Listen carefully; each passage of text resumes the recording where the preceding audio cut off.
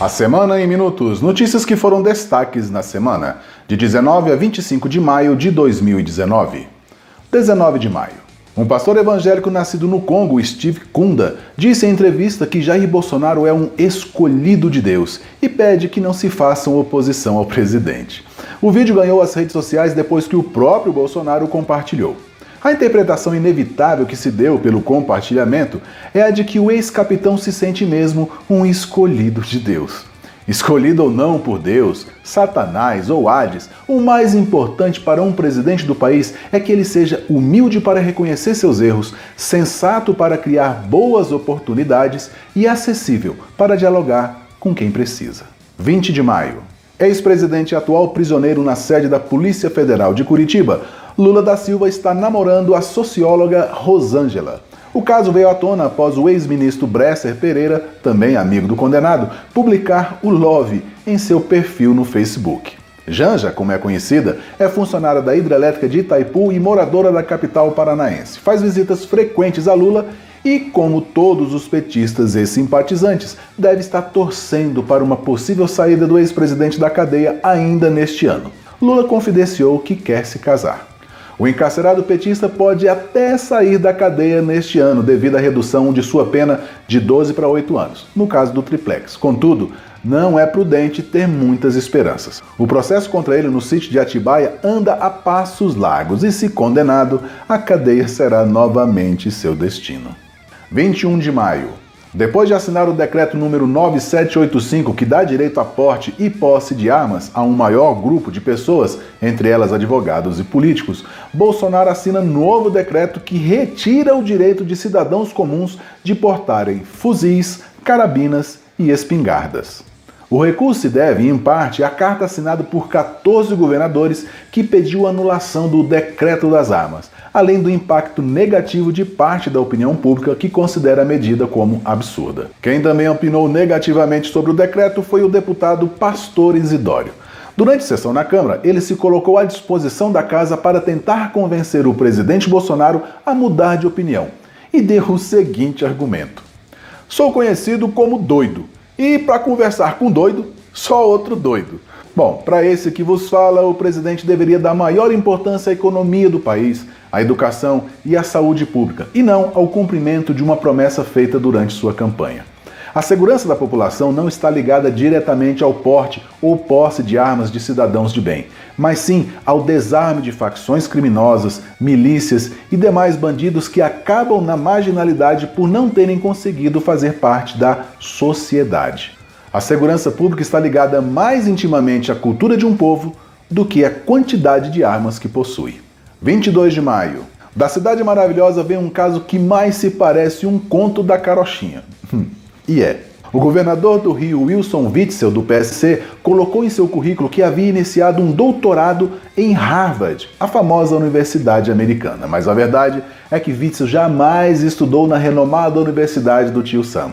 Depois da reverberação da cascata nas redes sociais, o governador tentou justificar que só colocou a mentirinha no currículo porque planejava se tornar aluno de Harvard, mas que, em decorrência de sua eleição, seu projeto foi adiado.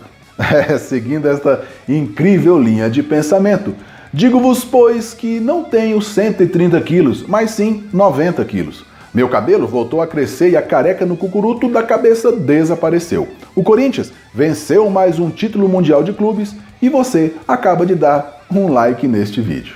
23 de maio. De Roraima vem a notícia que sensibiliza todos nós brasileiros. Um jovem de apenas 18 anos de idade supera uma enorme lista de pessoas altamente preparadas e assume o cargo de assessor parlamentar do Tribunal de Contas do Estado. Brito Bezerra, um dos 7 conselheiros do tribunal e que exerceu mandato entre 2010 e 2018 como deputado estadual, enxergou no rapaz uma capacidade ímpar para desempenhar o trabalho de assessor. Um gesto realmente emocionante. Bem, na verdade a coisa não funcionou assim. O jovem Henrique Pinheiro é enteado de Brito, o conselheiro. Aliás, o conselheiro também arranjou uma boquinha para a nora de seu amigo e colega do tribunal.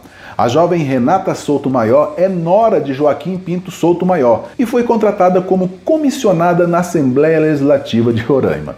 A cara de pau do conselheiro não é de agora. Ele era um dos líderes de contratações de comissionados na Assembleia e contava com 31 puxa-sacos em seu gabinete. Só perdia para Chico Mozart, que abrigava 44 aspones no gabinete. Não por coincidência, ambos são cunhados. Enquanto a sociedade ficar perdendo tempo defendendo político de estimação nas redes sociais, notícias como esta continuarão corriqueiras. O brasileiro precisa aprender a colocar o dedo na cara de político metido à besta e mostrar quem manda de fato no país. Me permitem acrescentar uma notícia que é demasiadamente importante e que não poderia ficar de fora do vídeo de hoje. Neste dia 23, 6 ministros do STF, ou seja, a maioria, decidiram que a homofobia é uma forma de racismo. Assim sendo, quem cometer o crime estará sujeito à prisão e sem direito à fiança. De vez em quando, o STF acerta. 24 de maio. Sérgio Moro perde o COAF. Para muitos, isso é uma incógnita. O que diabos é COAF? Perder o COAF é ruim? Perder o COAF para quem? O que é MP 870? Bom, muitas perguntas podem ser respondidas de forma bastante rápida. Ou quase. No primeiro dia de sua gestão, Bolsonaro editou a medida provisória 870, reorganizando os órgãos da presidência, os ministérios e suas atribuições. A MP cortou 7 ministérios, transferiu a demarcação de terras indígenas para o Ministério da Agricultura, extinguiu o Ministério do Trabalho e transferiu o COAF do Ministério da Economia para o da Justiça, de Sérgio Moro. O que é COAF? COAF é o órgão responsável por analisar informações financeiras que podem identificar atividades suspeitas, como a lavagem de dinheiro. Ao identificar, o COAF informa o órgão responsável sobre as suspeitas. Uma vítima ilustre é o ex-assessor de Flávio Bolsonaro, o famoso Queiroz, que, soube-se recentemente, pagou em dinheiro a sua cirurgia no Albert Einstein, que custou 64 mil reais. Bom, a medida provisória 870, como qualquer outra, precisa ser validada pelo Congresso para que ela se transforme em lei. Se isso não ocorrer dentro do prazo, que neste caso é 3 de junho, tudo volta a ser como era, ou seja, os 29 ministérios da era Temer voltarão, assim como todas as demais mudanças serão revertidas. Para que tudo desse certo para o governo, deputados acertaram que aprovariam a MP 870 desde que o COAF voltasse para o Ministério da Economia, como era até Bolsonaro tomar posse. Ao sair do Ministério da Justiça, temem-se que nem todas as falcatruas encontradas pelo órgão cheguem a quem deveria, como por exemplo, a Polícia Federal. Com a aprovação da Câmara, a MP segue para o Senado, onde deverá ser votada. Bolsonaro pede que senadores votem como está e encerre a novela. Mas nem mesmo aliados estão confortáveis com isso. O senador Major Olímpio, líder do partido do governo no Senado, disse que vai brigar para que o COAF volte para Moro. É um atrito, pelo menos de pensamento, entre os amigos militares e partidários. Bom, se houver mudanças na MP, ela obrigatoriamente voltará à Câmara para nova votação. Se depender dos senadores Major Olímpio, Jorge Cajuru, Álvaro Dias e Espiridião Amin, o COAF retornará às mãos de Sérgio Moro. O Senado vai votar no próximo dia 28. O resumo de tudo isso é que Bolsonaro tirou o COAF do Ministério da Economia por considerar que o órgão estava sendo subutilizado. Porém, depois de pedir aos senadores que o retirem do Ministério da Justiça, o ex-capitão apenas reforma sua dificuldade em colocar em prática o que vociferou aos 4 ventos antes das eleições. 25 de maio. Para fechar a semana, uma notícia que mostra ser possível um político ser competente, sensato e altruísta. Uma notícia que abre uma esperança de que nem tudo está perdido no mundo político brasileiro. Você já deve ter visto ou ouvido falar de Sérgio Meneghelli, prefeito da cidade de Colatina, no Espírito Santo. Por muitos é considerado como o melhor prefeito do Brasil. Se é verdade, não se sabe, mas ele dá motivos para que acreditemos que da lama se emergem seres surpreendentes. O Carnaval 2019 de Colatina foi suspenso pelo prefeito, que argumentou não ser possível bancar uma festa que poderia custar até 200 mil reais, pois havia prioridades no município, e a festa não era uma delas. Sérgio Meneghelli prometeu usar o dinheiro economizado em infraestrutura, e cumpriu. No último dia 10 foi inaugurada uma escola na zona rural que atenderá aproximadamente 100 alunos. São crianças que não precisarão mais levantar às 5 da manhã para se deslocarem até a cidade para estudar. São exemplos como os de Sérgio Meneghelli que a classe política precisa se espelhar. Apesar de ser uma prática há anos em nosso país, mais precisamente há 5 séculos, usar da posição do gestor público para encher os próprios bolsos É uma atitude tão desprezível quanto abominável. Que mais Sérgio se eleja um país afora.